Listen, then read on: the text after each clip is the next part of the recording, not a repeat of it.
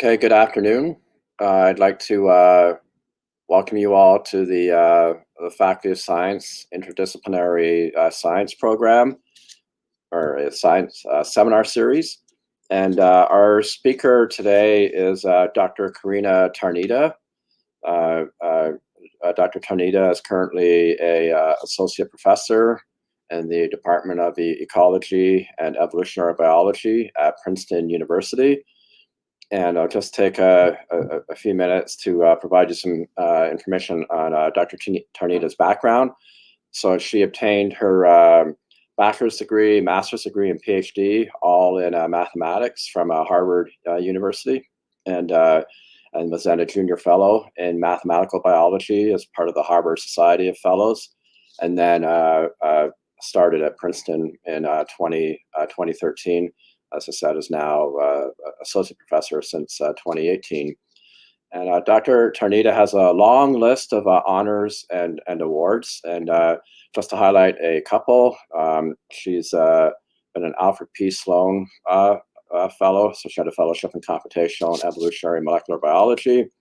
In 2016, Dr. Tarnita was awarded or named as a Kavli, or awarded a Kavli Frontiers in Science Fellow from the National Academy of Sciences.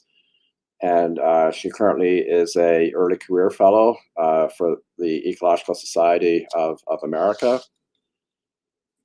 Dr. Tarnita's research has really focused on the central theme of complex adaptive systems at several different scales.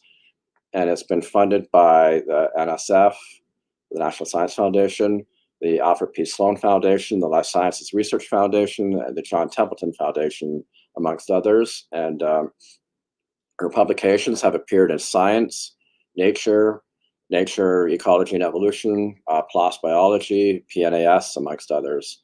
And in terms of sort of public presentations, Dr. Tarnita's work has been referred to in Discover Magazine, The Atlantic, New York Times, Washington Post, Scientific American. So Dr. Tarnita is highly accomplished expert in mathematical biology and ecology and evolutionary biology.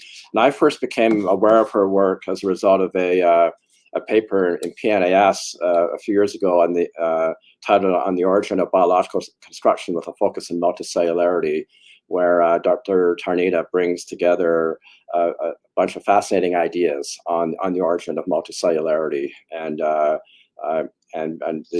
type of integration of mathematics and biology that she's brought to the work is truly intriguing and very exciting. So I won't forget to mention as well that Dr. Tarnita's presentation is part of the 50th anniversary celebrations of the faculty.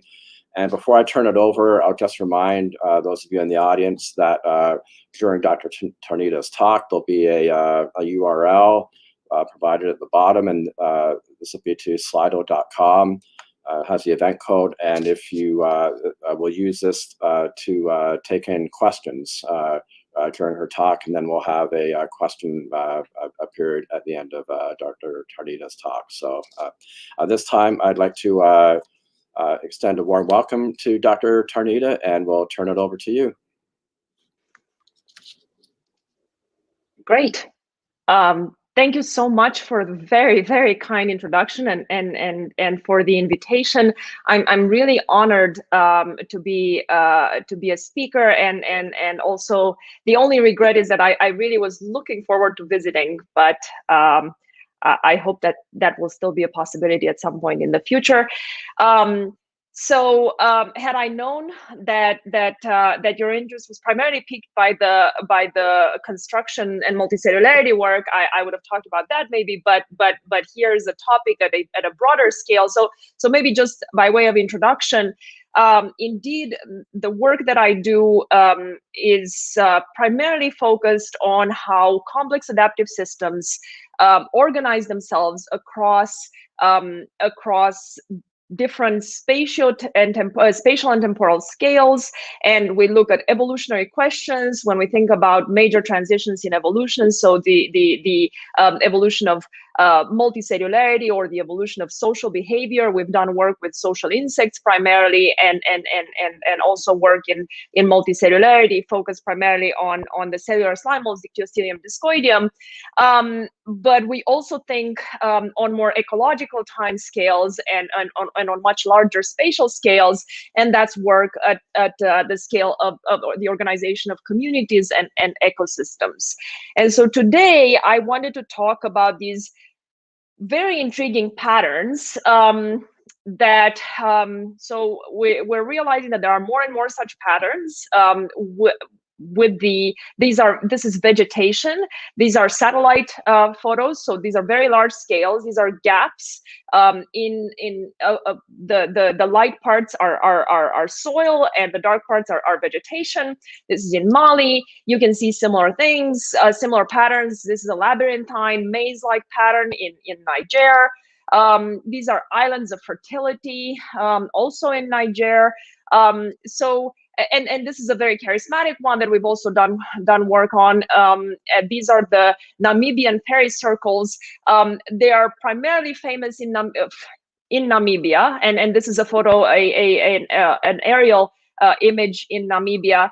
But they actually span huge distances. You can find them from Angola to South Africa. So these kind of amazingly regular, organized spatial patterns that are completely emergent, completely self-organized. They are not man-made. In fact, wherever there's a lot of human activity, we have lost such patterns because they're too disturbed by farming and urban planning and so on to be able to have enough space to still form.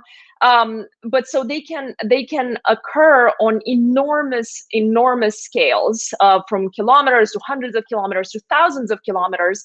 This one in particular, just to give you a sense of the scale, they're about every one of these gaps of vegetation is about 2 to 6 meters diameter.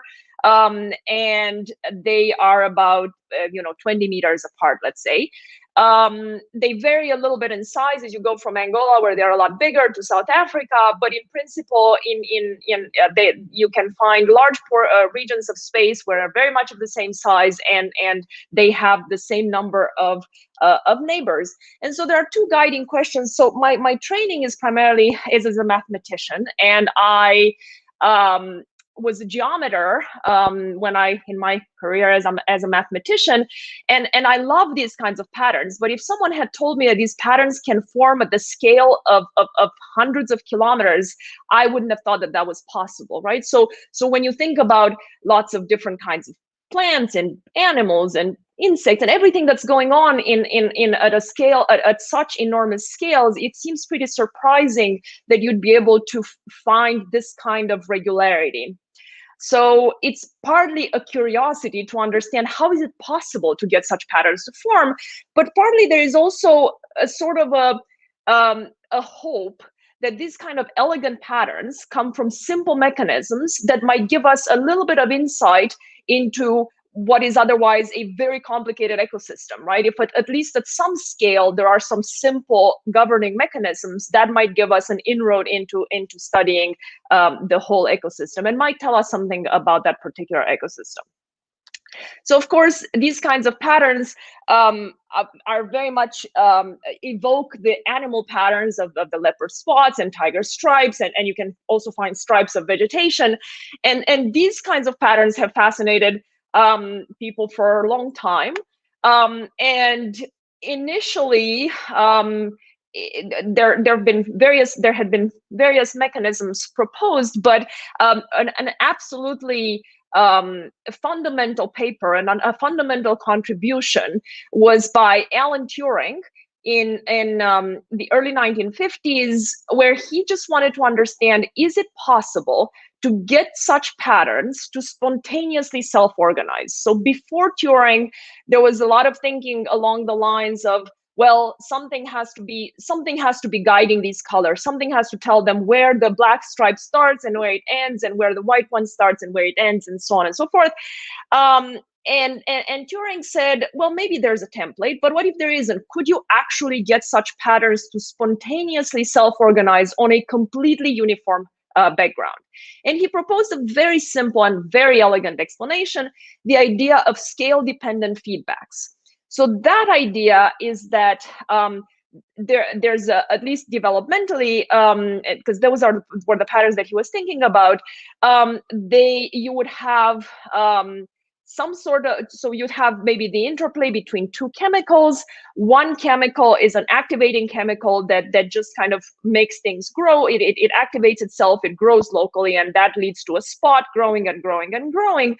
But eventually, obviously, something has to curtail the growth of that spot, and that is an inhibitor. And if the inhibitor chemical diffuses faster than the activator, then the inhibitor will inhibit the growth at a certain distance, so that there is a positive feedback locally.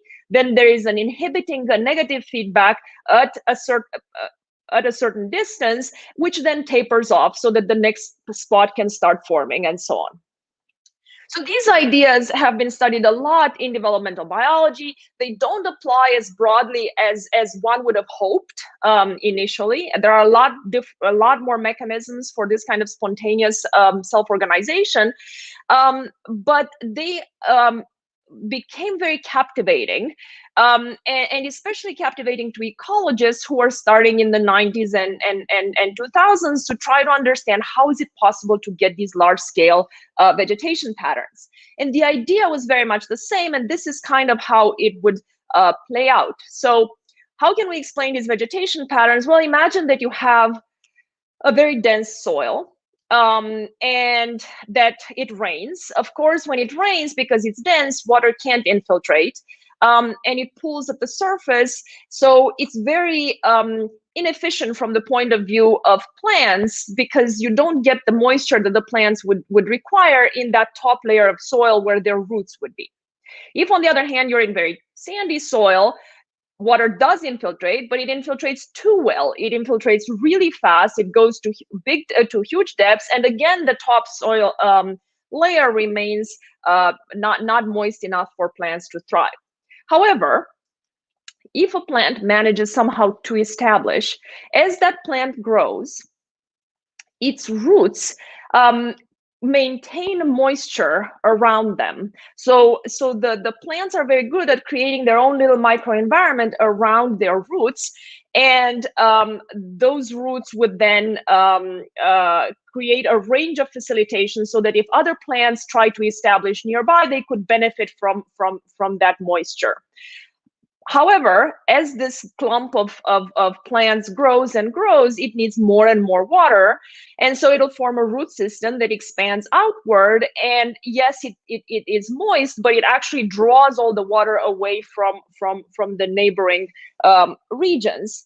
And so that creates a range of inhibition. If plants try to establish there, then they will not do so well. But plants that establish at a distance farther away from these roots are going to start to do well. And so you start to see how, if you imagine a fairly simple system with plants that are somewhat similar and have similar root lengths, then you're going to find this kind of periodicity that might give you something like the spots. It's a very it's a fairly simple system. It's very much the same Turing idea of a reaction diffusion system of equations. I won't go into detail. You can do it with 2 equations, you can do it with 3 equations, but basically you need your equations to capture this interplay between the plant biomass and the water that comes from rainfall and infiltrates. Water can diffuse, plants disperse, and that dispersal is approximated via also a diffusion. And I can go into detail if anyone is interested in the Q&A, but here's how a simulation of this system looks. And so here on the x-axis, I have rainfall. And I'm going to start at high rainfall, so on the right-hand side, and I am going to plot vegetation biomass as I slowly decrease rainfall. At very high rainfall, you should see something like a really well-watered lawn, so a homogeneous cover of vegetation. As I decrease rainfall, of course, vegetation biomass is going to decrease. But that decrease is not going to be, so it's going to decrease, but the model predicts that the next kind of stable state that we see shows a pattern. And so it's going to decrease until it stabilizes and looks like that homogeneous lawn, but now with regular gaps of gaps of soil in that previously homogeneous vegetation.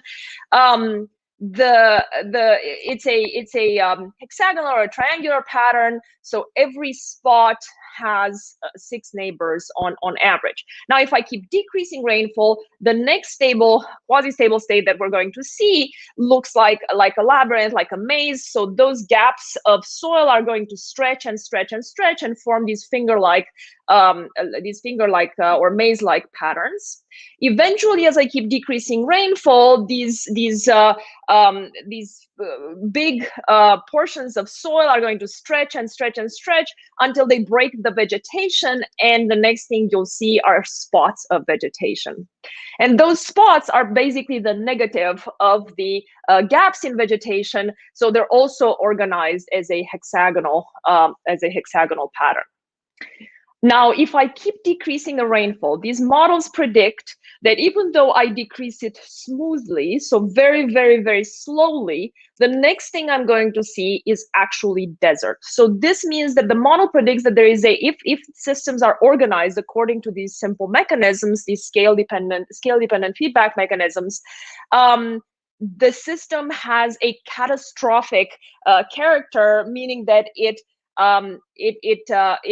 sharply and catastrophically decreases to or gets into a desert state, even though I only change rainfall by a little bit from the spot-like patterns.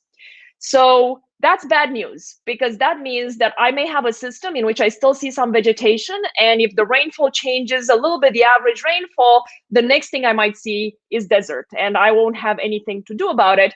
Now, you can also ask, well, what happens if the rainfall does return into the system? Are these systems forever lost? They are not. The vegetation will actually return into the system, and it will follow the same succession of patterns: spots, labyrinths, gaps, and then homogeneous cover. But notice that it has a bistability, or a hysteretic loop. That means it takes more rainfall to recover the vegetation in the system than we had when we lost it. So this is basically, it's two bad news. It's not only a catastrophic system, it collapses to desert without warning, but it also requires more rainfall to bring it back. The silver lining in all of this is that, and you can already see it in the title, is that these patterns are actually, if the models are correct, if this theory is correct, then you always go through the same predictable succession of patterns. That means that in principle, you can use the patterns as early warning indicators. So that means if I see gaps of vegetation or homogeneous cover of vegetation, I shouldn't probably really worry about that system. If I see spots, I should direct resources in that area. Now, these models, especially in the 2000s, became extremely popular, partly for this, because of this early warning potential, and especially because the places where these models, the places with the kind of rainfall for which these models predict patterns exactly correspond to the global drylands. And the global drylands cover everything that's colored basically in this photo, that's not black and white or gray.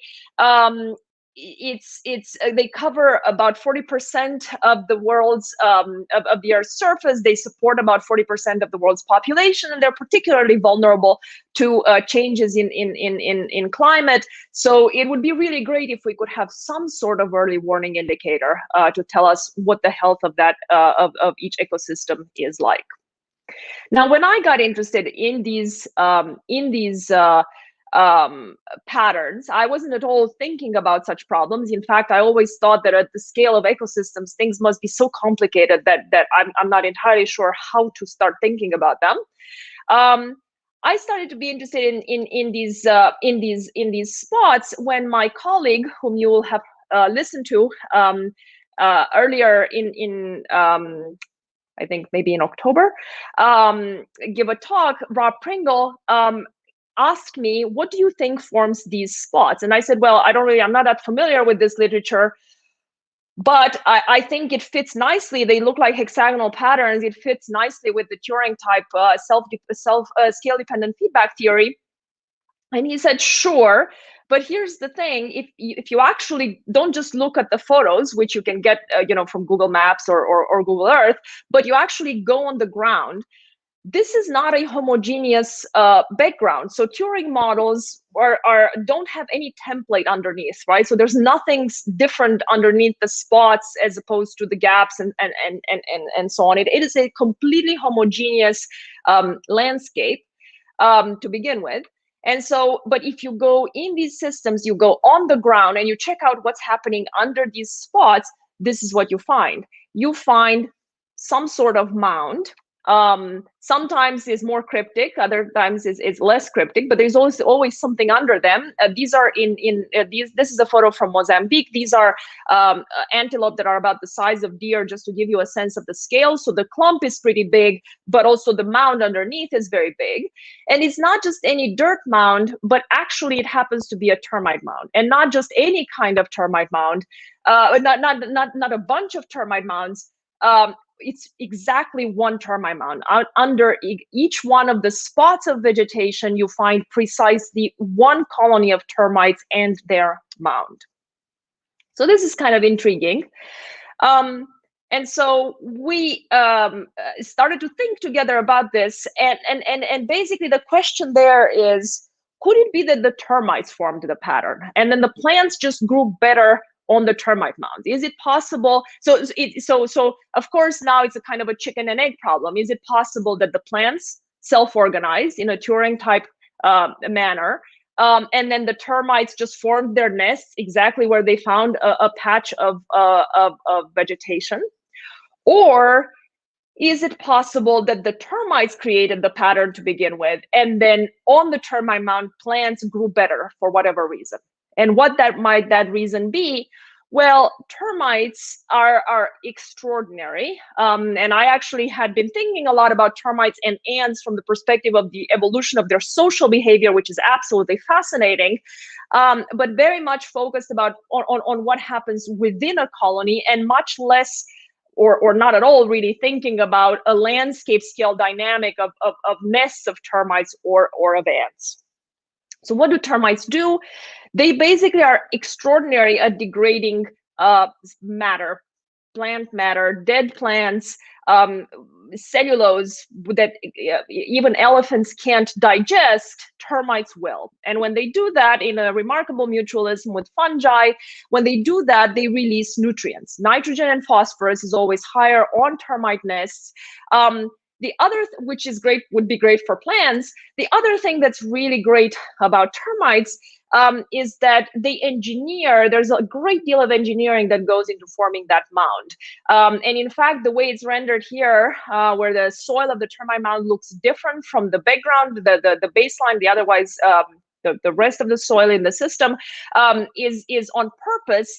So they dig very deep down. They get soil particles from great distances, or both underneath and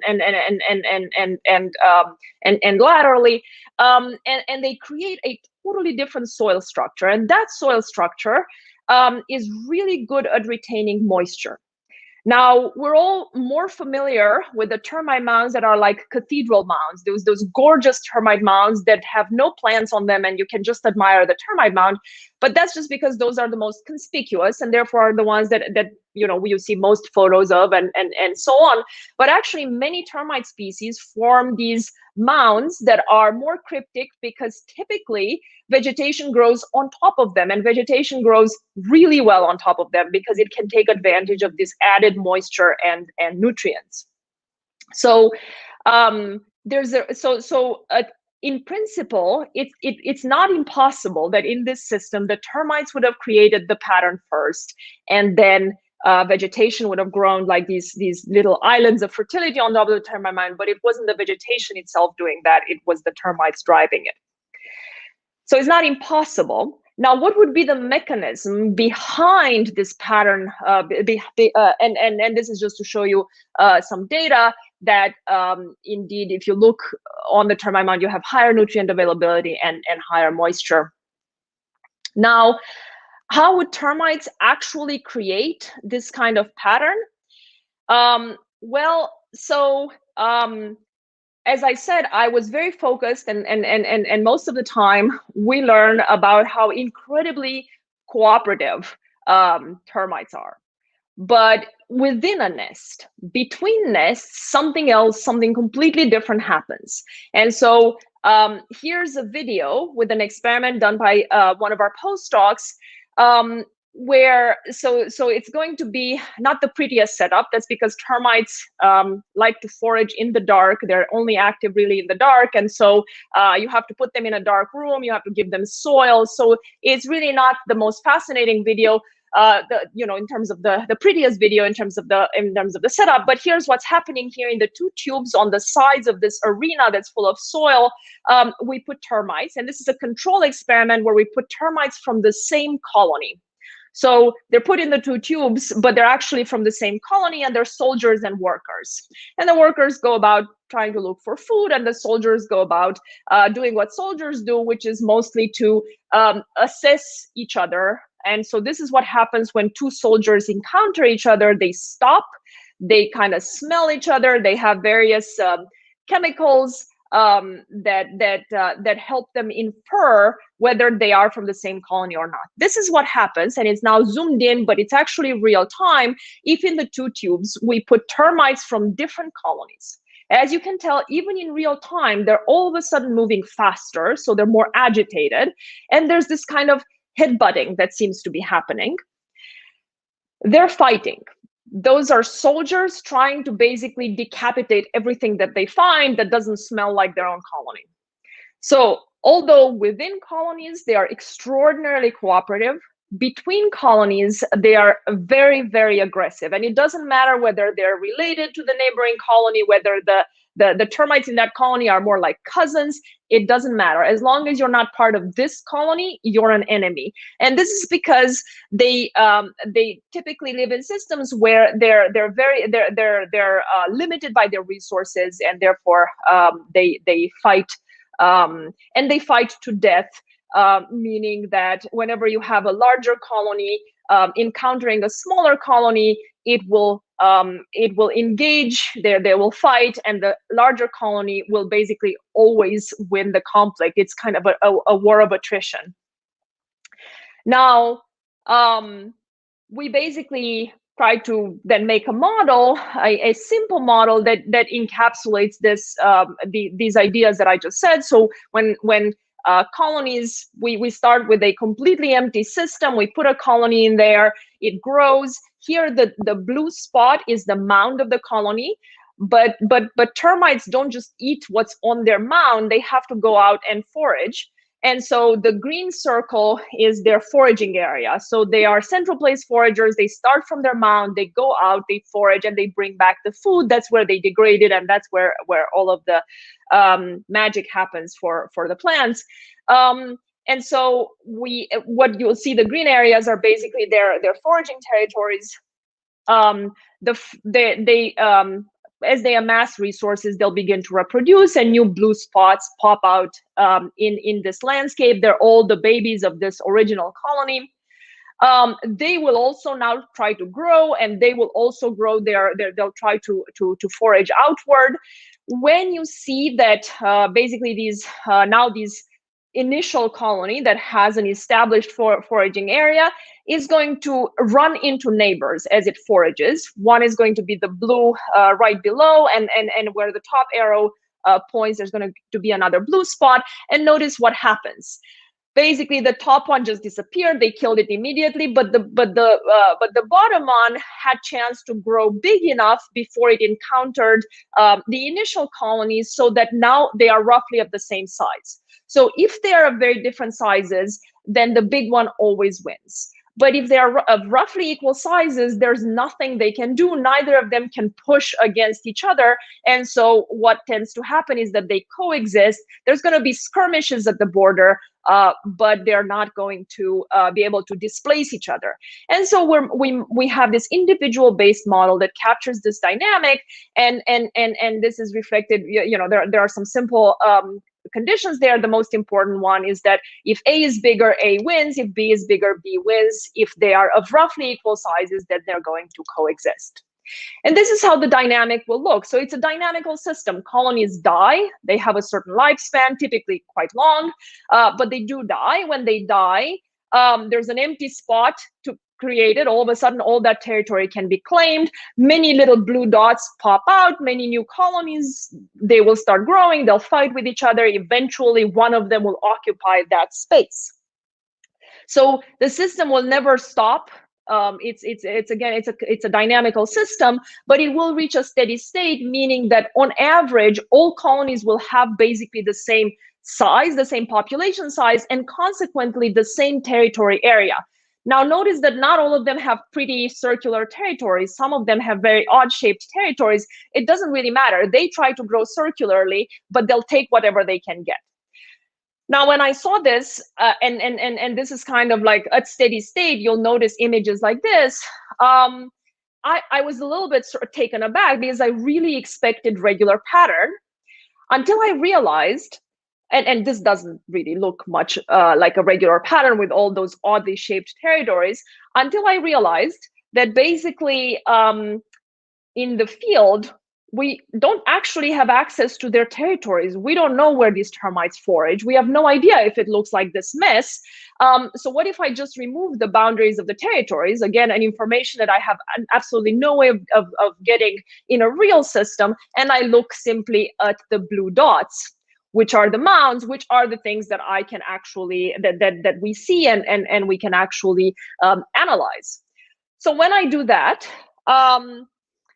and we take many such snapshots in the real world, in the system, and so on, and we compare, we find, and we do many kinds of, or several kinds of different analysis. This is a point pattern, so we do point pattern analysis. A very simple way of doing that is creating the Voronoi diagram, and so for each mound, for each spot, basically determining the area of determining all points, or enclosing in a polygon all the points that are closest to that mound than to any other mound in the system, and then analyze how many edges those polygons have, and so we can do various such analysis. Here's a result from taking a null model where the points, the mounds would be randomly distributed on the landscape, versus the model in red versus a lot of different types of insect patterns. We look at ant colonies in Arizona. We look at termites in Australia, termites in Brazil, Kenya, Mozambique, and those fairy circle patterns that I showed you in Namibia. And it looks like a hexagonal distribution that is meaning it's a distribution that has on average 6 neighbors, but kind of tight distribution around those 6 neighbors relative to, for example, the null model, which has much more. There seem to be 2 peaks around 5 and 6, and it's a broader distribution. Now this is just easier to visualize, but there are other metrics, as I said, and I'm happy to go into them. So this is a pair correlation function analysis that gives us similar insight into whether a pattern is indeed regular. That's because we humans are extremely good at thinking that we find pattern in a lot of things, and so it's good to have very tight metrics to make sure that we really do get patterns. But yes, with all these different metrics, we find that both the model and all the kind of insects that we managed to get data on were producing these similar hexagonal patterns. So now, basically, this model shows that termite mounds can also form pattern. It's going to be, again, a hexagonal pattern, just like the pattern that the Turing mechanism was producing in those regimes of fairly low rainfall. And they can also look like spots of vegetation because plants will grow better on termite mounds. So in principle, we could get to this image in 2 ways. And I haven't told you yet which one it is, but we'd like to know, can we figure out a way to tell the difference of who actually started the pattern? And if this is indeed created by termite mounds, what does that tell us about the health of the ecosystem? Can we infer something about the health of the ecosystem? So we took the exact same Turing type model that I showed you earlier, but instead of running it on a completely blank landscape, we said, well, you know what if both mechanisms coexist in the same system? So what if we have plants self-organizing, because there will be some facilitation and some competition between plants, but at the same time, there are also termites in the system. So what if we let them both self-organize in the system? Except that now, wherever there are termite mounds, plants can grow better. It's moister and they have higher availability of resources. So we basically overlaid the two models, and wherever there was a termite mound in our individual based model, we boosted the growth of the plants by boosting water use efficiency and infiltration efficiency in the original model. And then we said, you know, these might operate on different spatial scales. So let's see how it all plays out. The outcome at a very large spatial scale looks like this. So immediately you see these very large spots, this hexagonal pattern of very large spots of vegetation. Those are the termite mounds, and it looks so green because the plants grow so well on the termite mounds. In between the termite mounds, from a very high distance, you might think there's not very much going on. Maybe a few plants, but they're not doing so well. But in fact, if we, so this is just a zoom on the termite mound just to see kind of how the system looks. It's focused on one termite mound just to see what happens in this dynamical system as we go through the seasons. This is we're modeling here a part in Kenya where we do a lot of our research. So the termite mound is very, very green. It's big.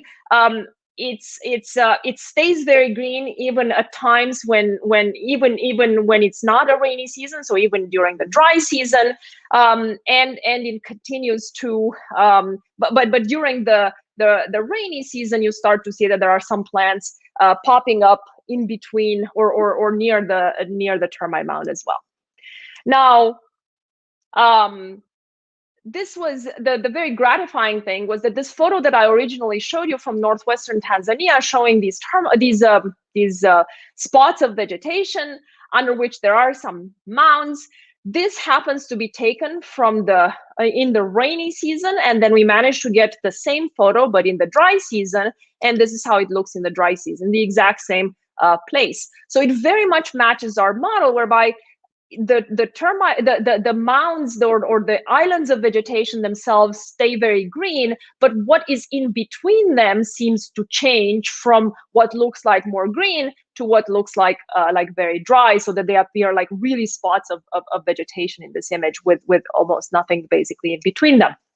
Now, as we zoom in our model on the termite mound, and near the termite mound, we find that the model predicts that in between the termite mounds, there should also be some sort of self-organization, and that is just the vegetation.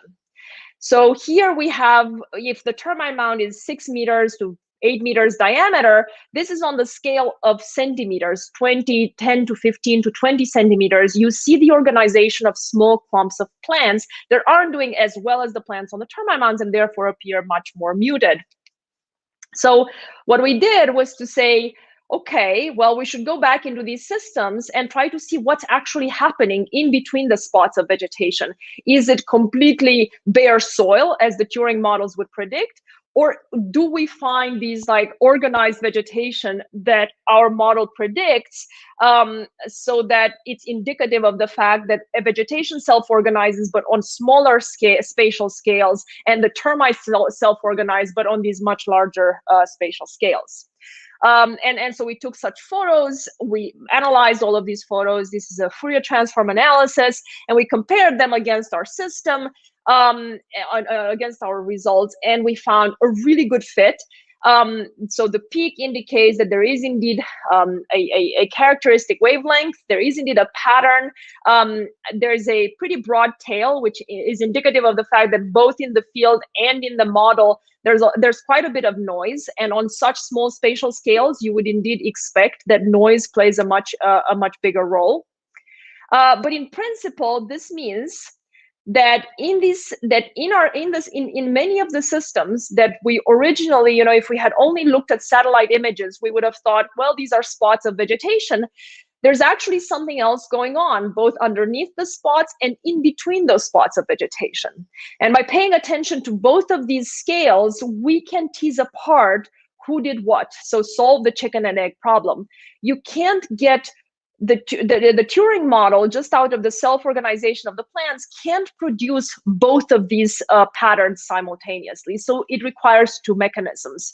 And the more parsimonious explanation is that something creates the large spots, and termites can definitely do it, as I just showed with the model, and that the plants also self-organize, but on much smaller scale, so that the large spots are driven by the termites, and these really small scale vegetation patterns are driven by the vegetation self-organizing by itself. So is this ecosystem in danger of collapse? Where I'm going to show you the exact same analysis I discussed for the previous model, but now for a landscape that has both the termite mounds and the vegetation. I'm zooming on one termite mound so that you can see the patterns on the smaller scale as well.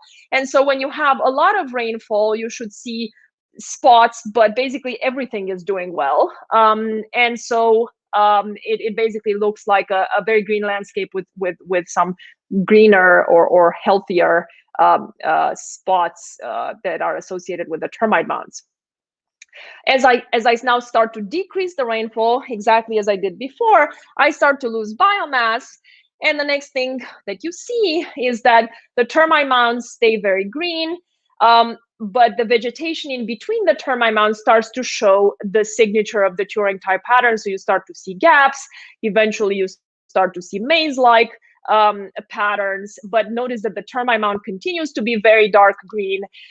Even when you get to the spot-like pattern, the termite mound looks quite healthy. And this is the place where we would have lost the vegetation in the system previously. But now, instead of catastrophically collapsing to desert, the next thing we see is a desert in between the termite mounds, but on the termite mounds, the vegetation continues to persist.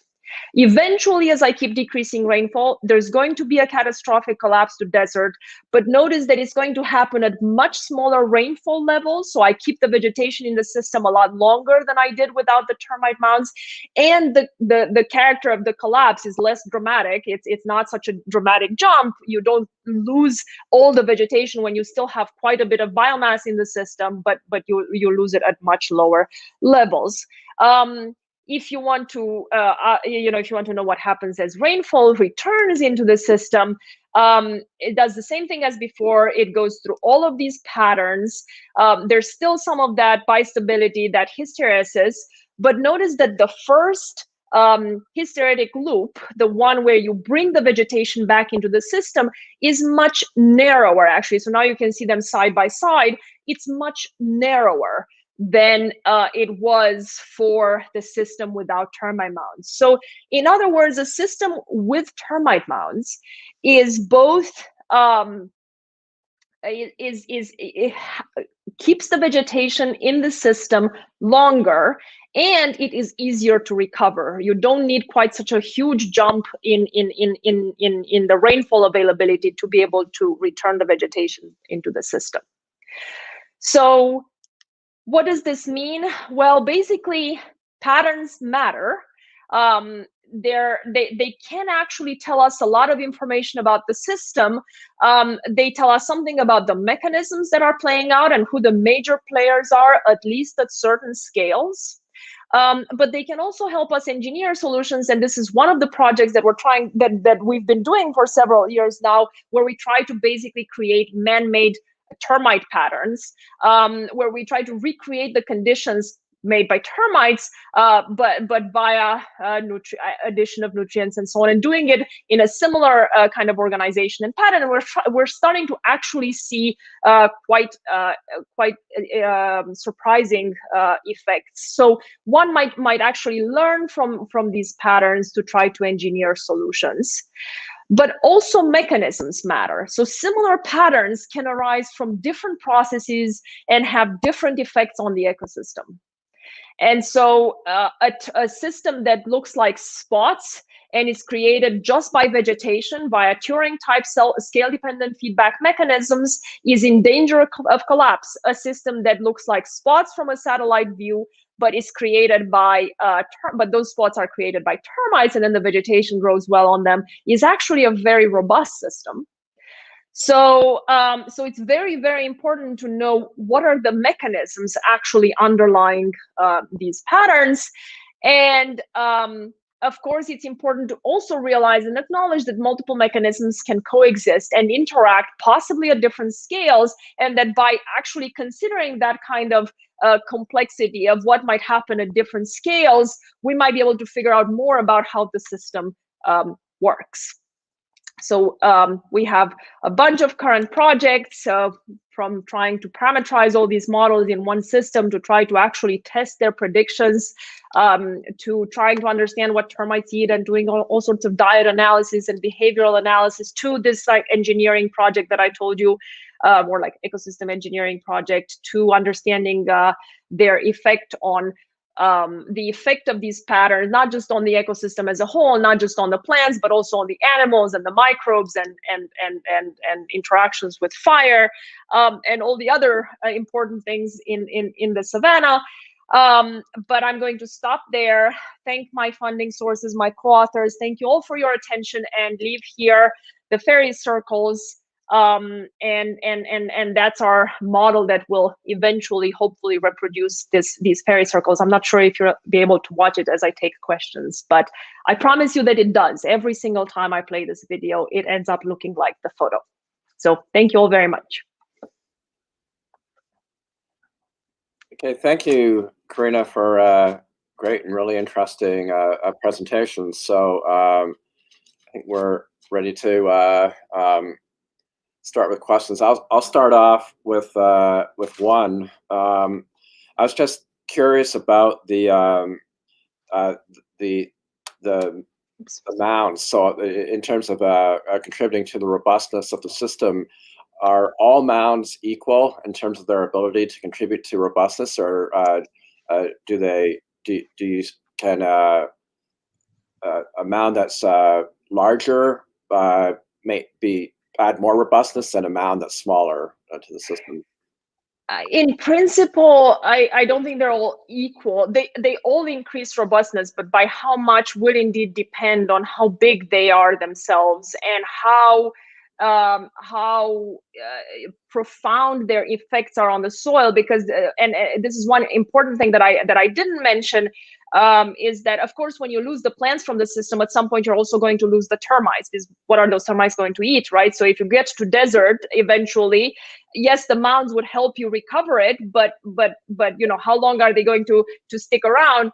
The important thing is that you don't actually need the termites there. You just need their effect on the nutrients and the soil structure. And so termites that make bigger mounds with more dramatic transformations, you know, in structure and so on, you can find them lasting, you know, even for decades, the effects. And so that will also be an important, absolutely an important factor. Okay. And at the risk of hogging up the microphone, so to speak, but one other quick question about the competition between the different mounds. So you indicated that mounds of equal size, they sort of reach a truce. Is that simply due to the numbers of soldiers? If you have a proportionally larger number of soldiers in an equally sized mound, would that make a difference? Yeah, it's pretty much that the soldiers fight. It's pretty typical of social insects, actually. Even when they don't have soldiers, we see ant colonies And it's especially easy to see when you find ant colonies that actually fight it out in the open, as termites do it all underground, and so it's much harder to see.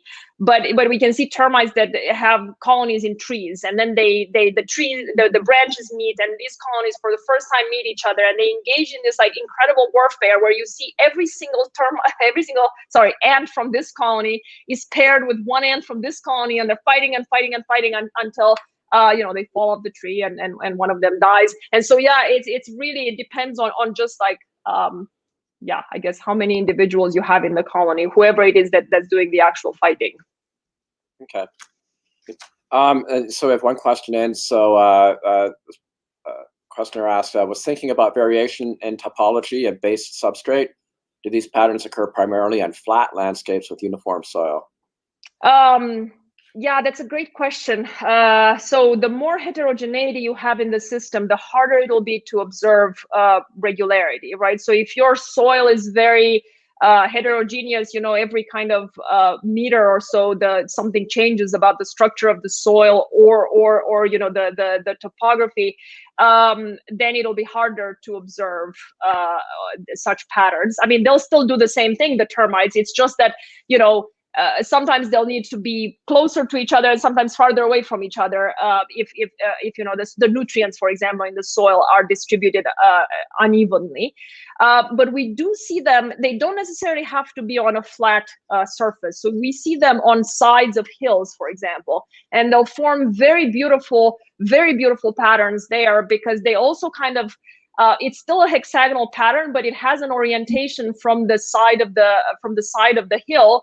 They start to form these like the peels of like the slices of an orange, so they form rows as you go down, and we think that that's because they're kind of, it's always better for a new termite mound to start in the shadow of another one, so it doesn't get drowned by water as it comes down the hill. So you can see them in definitely different topographies. Okay. Next question, how much variability is there in the soil? It depends a lot. So for example, the Namib desert that I showed you is extremely homogeneous, actually, extremely homogeneous, and very much the whole system is dominated by a couple of species of grasses. There are others, if you go in a rainforest, there's going to be a lot of variation in it. So it depends a lot on where you are. Typically in these African savannas, we find that there's a lot of homogeneity, except when there's some sort of something where animals have spent a lot of time, and therefore there's a huge deposit of nutrients from the animals, and that creates a much richer area. And there we see the termite mounds are still self-organizing, but they can be much closer to each other. So the more nutrients you have, the smaller foraging area you need, and so the termite mounds can be closer to each other. So it depends a lot on where you are. And just to follow up on that question, then, so you indicated in the Namib desert you had the soil is fairly homogeneous. I think you'd mentioned that you were starting to do some microbiome analysis. So do you see that reflected in the microbiome comp? Yes, and actually we see it. So before I started thinking about this work, Rob Pringle had already done a study to try to understand how this termite engineering, he didn't know exactly, he couldn't prove what was creating the patterns, but once you have it there, once you have the termite mounds there, how their engineering effect propagates on animals above ground, insects and herbivores and so on. And he found that it's a dramatic boost in productivity of the system, and that also the hexagonal pattern, it's not just that, well, now you have more productivity because plants can grow better because they're on the termite mounds. The hexagonal organization of the termite mounds itself was further boosting this added productivity. And the way it was doing that is kind of like thinking about living in a big city. if your termite mounds were arranged randomly, it would be like a lot of mini markets are all making basically one giant supermarket in a central area. That's not great for anyone who's far away from that, right? But if you have many mini markets that are evenly spaced throughout the city, that's great for everyone, because everyone is not too far from a hotspot, right? And so that's basically what animals were getting out of this organization of the termite mounds. Now we've already actually completed the research on the microbiome, and we're seeing the same thing. So dramatic increases in microbiome diversity, the soil microbiome diversity associated with the termite mounds, and it does seem to again be on the overall diversity of the microbial, the global microbiome of that landscape. There seems to be an impact of the pattern per se of the hexagonality of it. Okay, thank you. So next question, so what is the next step in your research? So I guess if paraphrase, I mean, if what's the very next thing that you would do if you once you finish the talk and you could go out and do research? I'll go search the election results, and after that, refresh the page. After that, so one thing that I'm extremely excited about right now is this engineering work.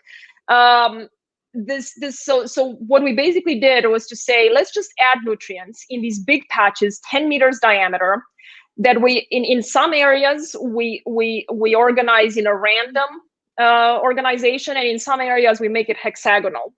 So to kind of reflect what's happening with the termites, not just in terms of boosting the nutrients, which already is a good thing for the plants, but also in boosting, but also in creating this very regular organization.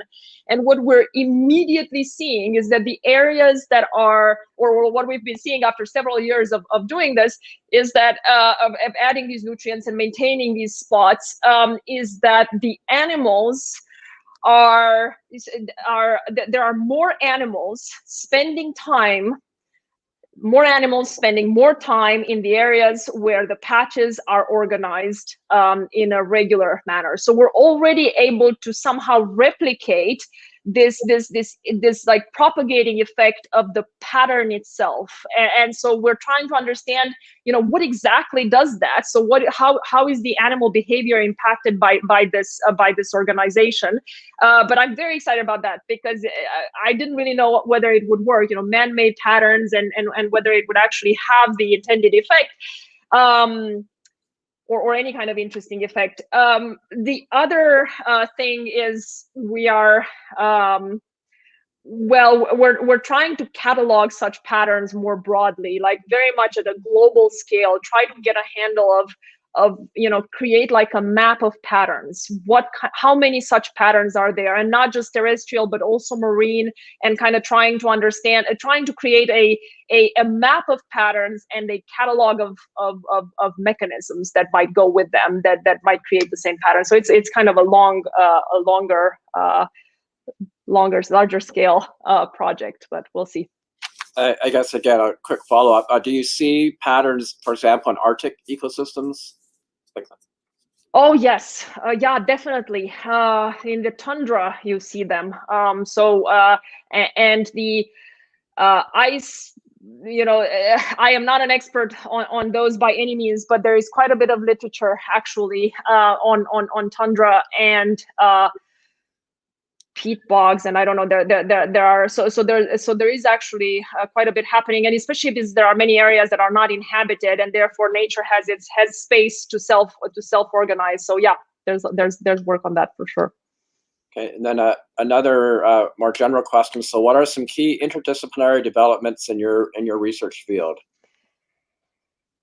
Oh boy, well, my research field is generally so broad in these complex systems that I kind of we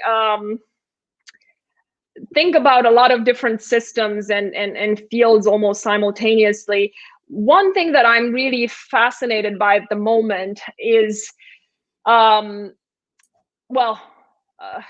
a couple of different things. Boy, this is one of these questions that I could just spend the whole evening telling you about it. So one of them is tissue organization is also, so if you look at tissues, how they're organized, you find very similar honeycomb-like patterns. And it depends a lot. So there's been some biophysical work characterizing this, and it depends a lot on the rigidity versus fluidity of the cell walls, whether they form the patterns or not. Now, one of the things that, and so I've been fascinated with how the patterns themselves emerge in tissues. But one thing that we're trying to do is characterize, the health of tissues based on the types of patterns that you see. So, for example, when you have various growths, what kind of patterns, like a tumor, right? Whether it's benign or whether it's a malignant tumor, whether we can infer that from the actual geometry, right? So this is combining work that I do with biophysicists, but also thinking about game theoretic aspects, which is another important aspect of the work I've been doing. So combining interactions between cells and how they might exchange resources and so on and so forth, and trying to understand how they grow and what that does to the actual tissue architecture. So that's one thing I'm really excited about. That project right now is kind of in the middle of it, but we're hoping to wrap up soon. Okay. And then I think we've got one final question. How would you begin to assess the strength of the opposing models in terms of overlapping effects? For example, additive versus multiplicative effects. Yeah, so that's really interesting and so important, because the question is how much synergy exists between them, right? So are they additive, or is there a lot of synergy happening? And so at the moment, at least in the models that we've made, it looks like it's primarily additive. There is a little bit of synergy. There's a little bit of interaction between the mechanisms. I don't know if you noticed when I was showing the focus on the termite mound, but also showing what happens to the patterns in the landscape. When you decrease rainfall, the mound stays green. You start to see patterns kind of away from the mound, but there's this halo, there's this region around the mound where you start to see some interaction between the two patterns. You see basically patterns that you wouldn't predict from either of the two mechanisms. It's an actual interaction between them. I think it will depend a lot on the scales of the two patterns and the strength of the various, of whatever it is that the plants do and the termites do. But there could be interesting synergy. So far, we haven't really tried to untangle it, nor did we think that it was very, very strong, because it seems to be a pretty narrow area where that kind of interaction happens. But I think we've also been focused on certain kinds of plants and certain kinds of termites. So it's a really important question as we think more broadly about integrating different mechanisms at different scales. Okay. Yeah. Thanks. I think so. We're done with the questions. So I think we'll wind it up now. And so once again, I'd like to thank Corina for a really interesting, thought-provoking presentation. We wish that we could have you here and take you out to dinner afterwards. I know.